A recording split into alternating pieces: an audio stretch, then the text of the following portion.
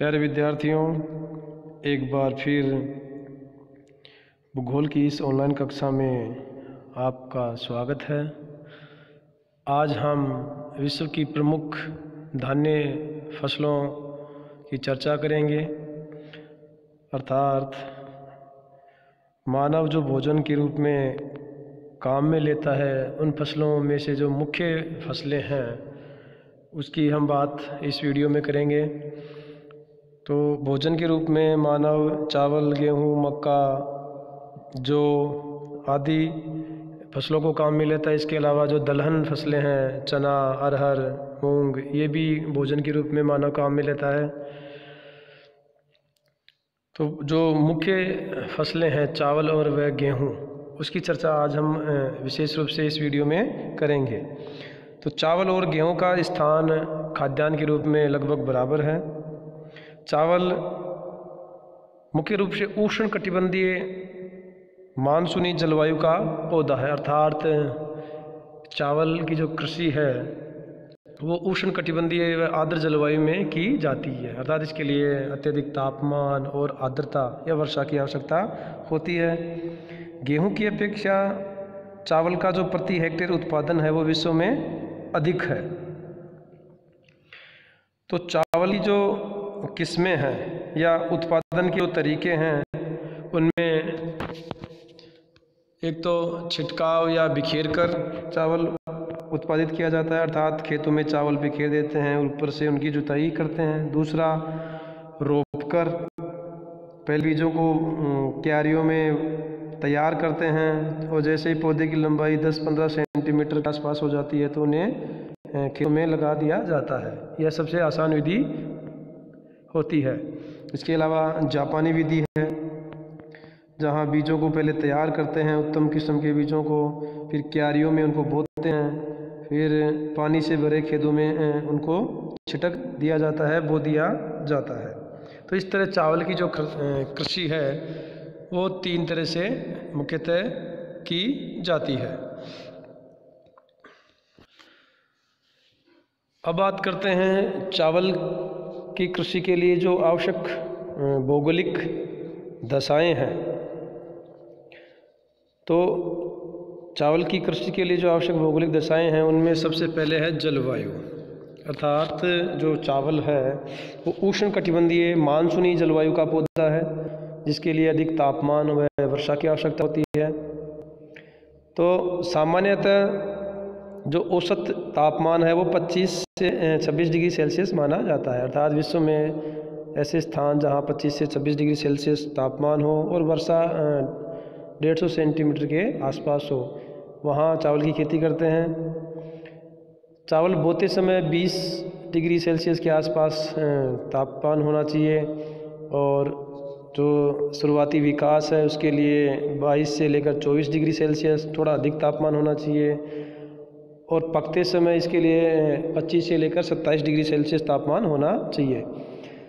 तो चावल की जो कृषि है मुख्यतः 20 डिग्री उत्तरी से लेकर 20 डिग्री दक्षिणी अक्षांशों के मध्य की जाती है, क्योंकि यहाँ तापमान अधिक मिलता है, इसलिए इन क्षेत्रों में चावल की कृषि अधिक करते हैं। दूसरा जो मुख्य तत्व है वो है वर्षा। तो चावल की जो खेती है उसके लिए पानी की मात्रा अधिक चाहिए। चावल के बीज बोते समय 30 से 40 दिनों तक पानी खेत में होना चाहिए, इसीलिए चावल की जो कृषि है वो 120 से लेकर 150 सेंटीमीटर वर्षा वाले क्षेत्रों में की जाती है और 100 सेंटीमीटर से जो कम वर्षा वाले क्षेत्र हैं वहाँ सिंचाई के द्वारा भी चावल का उत्पादन किया जाता है। तो चावल के लिए जो महत्वपूर्ण 2 तत्व हैं जलवायु के, वो हैं तापमान और वर्षा। तो अत्यधिक तापमान और अत्यधिक वर्षा इस चावल की खेती के लिए आवश्यक है। इसके अलावा जो अन्य महत्वपूर्ण दशाएं हैं उनमें समतल धरातल, क्योंकि जो खेत हैं उनमें पानी होना चाहिए, तो समतल धरातल होगा तो पानी बराबर रहेगा, मिलता रहेगा, और ऊबड़ खाबड़ धरातल होगा तो पानी एक जगह नहीं रुक सकता। इसलिए समतल जो भूमि होगी वहाँ इसकी खेती अधिक की जाती है। हालांकि जो पहाड़ी क्षेत्र हैं जैसे कि हिमालय क्षेत्र है या जापान या इंडोनेशिया के कुछ क्षेत्र हैं, वहाँ पहाड़ी क्षेत्रों में भी इसकी खेती करते हैं। अगली जो भौगोलिक दशा है मिट्टी, अर्थात चावल की जो कृषि है वो नदियों के डेल्टाई या बाढ़ के मैदानों से जो लाई गई कांपीय या जलोढ़ मिट्टी है वहाँ अधिक होती है। तो जो जलोढ़ या कांपीय मृदा है इस कृषि के लिए अत्यधिक उपजाऊ होती है। साथ ही जो श्रमिक हैं वो इस कृषि के लिए अधिक चाहिए, क्योंकि चावल के खेतों में जो बीज बोने के लिए, पौध लगाने के लिए, खेतों की निराई गुड़ाई करने के लिए, फसल की कटाई करने के लिए, ये सभी काम मानव द्वारा किए जाते हैं, इसलिए मानवीय श्रम की अत्यधिक आवश्यकता होती है। तो जिन क्षेत्रों में सस्ता श्रम मिलता है या अधिक जनसंख्या है वहाँ इस तरह की कृषि करते हैं। तो विश्व स्तर पर अगर अपन देखें तो जो दक्षिणी और दक्षिण पूर्वी एशिया के क्षेत्र हैं वहाँ ऐसी जलवायु मिलती है, अत्यधिक तापमान भी है, वर्षा भी चावल के लिए उपयुक्त है, इसलिए इन क्षेत्रों में अत्यधिक चावल की कृषि की जाती है। विश्व में चावल का स्थानिक वितरण, अर्थात विश्व के किन किन क्षेत्रों में चावल की खेती की जा रही है। तो यह मानचित्र आप देखिए, यहाँ मुख्य क्षेत्र हैं और गौण क्षेत्र हैं। तो दक्षिणी व दक्षिणी पूर्वी एशिया का ये भाग है जिसमें भारत है, चीन है, Indonesia, Philippines, Japan, Vietnam, Thailand, ये मुख्य क्षेत्र हैं। बांग्लादेश, जहाँ चावल की कृषि सर्वाधिक की जाती है। इसके अलावा छिटपुट रूप से दक्षिण अमेरिका के ब्राज़ील, कोलंबिया, इक्वेडोर में भी की जा रही है। अफ्रीका महाद्वीप का जो मिस्र का भाग है, मालागासी है, और पूर्वी अफ्रीका के कुछ क्षेत्र हैं, यहाँ भी चावल की कृषि की जाती है। संयुक्त राज्य अमेरिका के भी दक्षिणी पूर्वी जो तटीय क्षेत्र हैं मैक्सिको के पास, यहाँ भी की जाती है। लेकिन मुख्य अगर जो क्षेत्र है जहाँ सर्वाधिक चावल की कृषि हो रही है वो है दक्षिणी पूर्वी एशिया का मानसूनी क्षेत्र। तो एशिया महाद्वीप में विश्व का 90% चावल का उत्पादन किया जाता है, जो सर्वाधिक है। अब एशिया महाद्वीप में जो चावल उत्पादित देश हैं उनमें चीन का पहला स्थान है। तो चीन के जो उपजाऊ मैदान हैं जैसे यांगटी कियांग, हुआंगहो नदियों के जो उपजाऊ मैदान हैं वहाँ इस तरह की खेती अधिक होती है। दूसरे स्थान पे है भारत। तो भारत की जो कृषि है वो खरीफ और रबी दोनों ही ऋतुओं में यह चावल की कृषि की जाती है। भारत का दूसरा स्थान है चावल उत्पादन में। अब भारत में पश्चिम बंगाल, असम, बिहार, पंजाब, हरियाणा, केरल, छत्तीसगढ़ ये प्रमुख राज्य हैं जहां मुख्यतः चावल की कृषि की जाती है। भारत में मौसम के अनुसार चावल की कुछ किस्में ली जाती हैं। मुख्यतः 3 जो हैं वो फसलें वर्ष भर ली जाती हैं, जिनमें अमन, ओस और बोरो।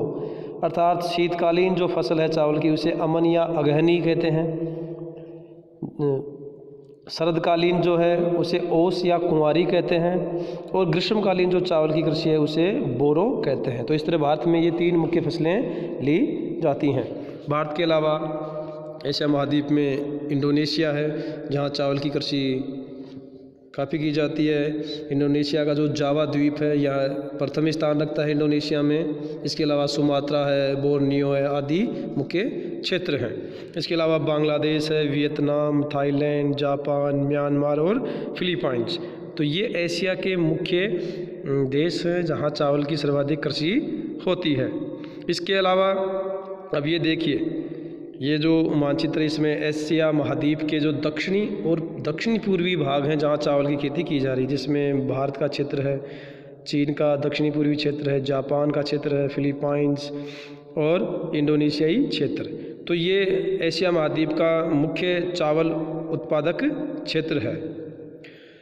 एशिया महाद्वीप के अलावा दक्षिणी अमेरिका में कुछ क्षेत्र हैं जहाँ ब्राज़ील है, जहाँ सर्वाधिक दक्षिण अमेरिका में चावल की कृषि होती है। इसके अलावा पेरू, कोलंबिया, इक्वेडोर आदि हैं। अफ्रीका का जो मिस्र का नील नदी का क्षेत्र है वहाँ इसकी खेती होती है। इसके अलावा मालागासी, गिनी, पूर्वी अफ्रीका के क्षेत्र हैं। उत्तरी अमेरिका में बहुत कम इसकी कृषि होती है, केवल दक्षिणी पूर्वी तटीय क्षेत्र और मिसिसिपी नदी का क्षेत्र और मैक्सिको का जो तटीय क्षेत्र है वहाँ इसकी खेती की जाती है।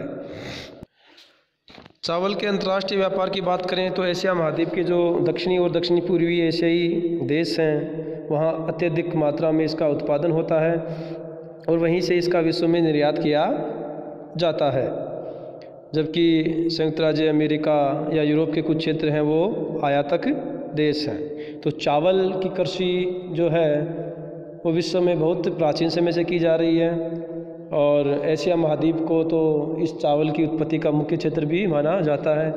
हमारे जो पूर्वज थे वो भी अपने धार्मिक अनुष्ठानों में चावल का प्रयोग करते आए हैं, तो इसका मतलब इस देश में भी चावल की कृषि का लोगों को बहुत पहले से ही ज्ञान था। खाद्यान्न फसलों में जो विश्व में दूसरी महत्वपूर्ण फसल है वो है गेहूँ। तो गेहूँ खाद्यान्न फसलों में सबसे अधिक क्षेत्र पर उपजाया जाने वाला पौधा है, अर्थात गेहूँ की जो कृषि है वो विश्व में सर्वाधिक क्षेत्र पर की जाती है। मतलब कुल जनसंख्या का 50% जो भाग है वो गेहूँ से ही पूरा होता है, अर्थात विश्व की 50% जनसंख्या भोजन के रूप में गेहूँ को प्रयोग में लाती है। गेहूँ शीतोष्ण कटिबंध में उपजाई जाने वाली फसल है, अर्थात इसके लिए जो जलवायु है वो अत्यधिक गर्म व अत्यधिक ठंडी नहीं होनी चाहिए, मध्यम जलवायु होनी चाहिए, शीतोष्ण कटिबंधीय होनी चाहिए। इसलिए इसकी खेती मध्य अक्षांशों में अधिक की जाती है। गेहूं की खेती के लिए जो आवश्यक भौगोलिक दशाएं हैं उनमें जो तापमान है वो बोते समय 10 डिग्री सेल्सियस होना चाहिए और जैसे ही पौधा विकास करता है उसके लिए 10 से लेकर 15-16 डिग्री सेल्सियस तापमान होना चाहिए और गेहूं की फसल के पकते समय या कटाई के समय 20 डिग्री सेल्सियस की आवश्यकता है। तो औसतन इसका जो तापमान अगर अपन देखें तो वो 15 डिग्री और 20 डिग्री सेल्सियस के आसपास होना चाहिए। वर्षा की अगर बात करें तो औसत वार्षिक वर्षा इस फसल के लिए 50 से 75 सेंटीमीटर ज़रूरी है और जिन क्षेत्रों में 50 सेंटीमीटर से कम वर्षा होती है वहाँ सिंचाई के माध्यम से भी इसकी खेती की जाती है। मिट्टी की अगर बात करें तो कांपीय व जलोढ़ मृदा इसके लिए सबसे अधिक उपयुक्त होती है, लेकिन जो हल्की रेतीली मिट्टी होती है जहाँ सिंचाई की सुविधा है वहाँ भी इसकी खेती की जाती है। तो मध्य अक्षांशों के जो घासीय प्रदेश हैं जैसे कि साइबेरिया में जो स्टेपीज घास के मैदान हैं जहाँ चरनोज में मृदा है वो इसके लिए सर्वाधिक उपयुक्त है। ऐसे ही प्रेरीज मृदा है, प्रेरीज जो घास के मैदान है संयुक्त राज्य अमेरिका में, पंपाज हैं दक्षिण अमेरिका में। तो जितने भी शीतोष्ण घास के मैदान हैं वो गेहूं की कृषि के लिए उपयुक्त हैं। धरातल इसके लिए समतल होना चाहिए जिससे जो पानी है उसका प्रवाह सही रहे और साथ ही इसकी जो कृषि है वो अधिकतर मशीनों से की जाती है विकसित देशों में, इसलिए समतल अगर धरातल होगा तो आसान रहेगा मशीनों के लिए कार्य करने के लिए। साथ ही गेहूं की खेती के लिए रासायनिक उर्वरक का भी अत्यधिक प्रयोग किया जाता है। श्रम और पूंजी की भी अत्यधिक मात्रा चाहिए क्योंकि जो मशीनें हैं उसके लिए पूंजी चाहिए और इस तरह गेहूं की जो कृषि है उसके लिए ये महत्वपूर्ण भौगोलिक दशाएं हैं। गेहूं की जो कृषि है उसका अगर वितरण अपन देखें विश्व स्तर पे तो ये मानचित्र देखिए, यहाँ जो एशियाई जो स्टेपी मैदान हैं ये इसका मुख्य क्षेत्र है। इसके साथ ही संयुक्त राज्य अमेरिका का प्रेरीज मैदान, अर्जेंटीना का पंपाज है, ऑस्ट्रेलिया में जो डाउन्स हैं ये इसके लिए मुख्य हैं। इसके अलावा भारत, चीन और दक्षिणी पूर्वी एशिया के कुछ देश हैं जहां इसकी खेती की जाती है। तो यूरोप के भी कुछ ऐसे क्षेत्र हैं जहां इसकी खेती सर्वाधिक की जा रही है। विश्व स्तर पे अगर उत्पादन की बात करें तो चीन का इसकी कृषि में प्रथम स्थान है, अर्थात विश्व में चीन में गेहूं का सर्वाधिक उत्पादन किया जाता है। इसके बाद में भारत का दूसरा स्थान आता है। तो भारत का जो मैदानी भाग है, उत्तर का विशाल मैदान जहाँ पंजाब, हरियाणा, उत्तर प्रदेश और राजस्थान के कुछ क्षेत्र हैं जहाँ इसकी सर्वाधिक कृषि होती है। इसके बाद में विश्व में तीसरे स्थान पे है संयुक्त राज्य अमेरिका का भाग, जहाँ इसकी खेती शीतकालीन गेहूँ और बसंतकालीन गेहूँ के रूप में की जाती है, अर्थात शीतकालीन गेहूँ और बसंत काल में बोया जाने वाला गेहूँ। इसके अलावा चौथे स्थान पे रूस है। तो रूस में जो स्टेपी मैदान है, जहाँ चरनोज में जो काली मिट्टी का क्षेत्र है, वो इसकी खेती के लिए काफ़ी उपयुक्त है।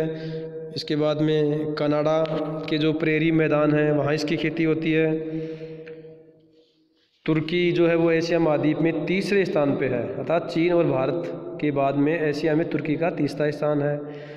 इसके अलावा अगर बात करें तो ऑस्ट्रेलिया में भी इसका काफ़ी उत्पादन होता है, क्योंकि यहाँ जो मरे डार्लिंग नदियों का क्षेत्र है वो काफ़ी उपजाऊ है, और साथ ही जो डाउन्स मैदान है वहाँ भी इसकी खेती की जाती है। इसके अलावा अर्जेंटीना है, पाकिस्तान है, और अफ्रीका में जो मिस्र की नील नदी का क्षेत्र है वहाँ भी इसकी खेती काफ़ी मात्रा में की जाती है। तो कुल मिलाकर गेहूं की कृषि है वो विश्व के प्रत्येक क्षेत्र में की जा रही है, और अनाज के रूप में वर्तमान में इसका सर्वाधिक उपयोग किया जाता है। गेहूं के अगर अंतर्राष्ट्रीय व्यापार की बात करें तो अर्जेंटीना, ऑस्ट्रेलिया, कनाडा ये विश्व के बड़े निर्यातक देश हैं। कनाडा तो कुल उत्पादन का 65 से 70% निर्यात करता है, और अर्जेंटीना, ऑस्ट्रेलिया भी अपने उत्पादन का 50% भाग निर्यात कर देते हैं। हालांकि चीन और भारत में जो है वो अधिक जनसंख्या है, इसलिए यहाँ उत्पादन अधिक होने के बावजूद भी यहाँ खपत अधिक हो जाती है। धन्यवाद।